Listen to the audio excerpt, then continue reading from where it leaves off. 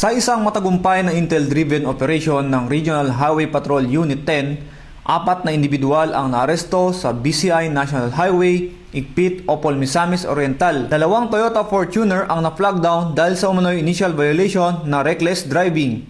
Walang maipakitang valid driver's license ang mga driver at natuklasan din sa loob ng 2 sasakyan 19 na master cases at 16 na rims na pinaghihinalaang smuggled na Canon cigarettes. Wala umanong maipakitang mga dokumentong magpapatunay sa legalidad ng kanilang kargamento. Ipinaalam sa kanila ang kanilang mga karapatan at kasalukuyan silang nasa kustodiya ng Regional Highway Patrol Unit 10 para sa kaukulang disposisyon at koordinasyon sa mga kinaukulang ahensya ng pamahalaan. Ang matagumpay na operasyon ay nagpapakita ng patuloy na pagsisikap ng Philippine National Police at ng Highway Patrol Group na labanan ang mga smuggling at iba pang uri ng economic sabotage at tiyaking nasusunod ang mga batas sa mga pangunahin lansangan ng bansa.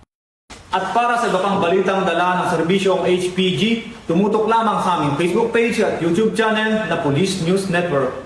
Mula dito sa tanggapan ng mga kampinyo sa kalsada at sa pamumuno ng aming butihing direktor, Police Brigadier General Romel Santa Ana Batangan, ako ang inyong PNN correspondent, Police Corporal Jeremy G. Luis, para sa Police News Network.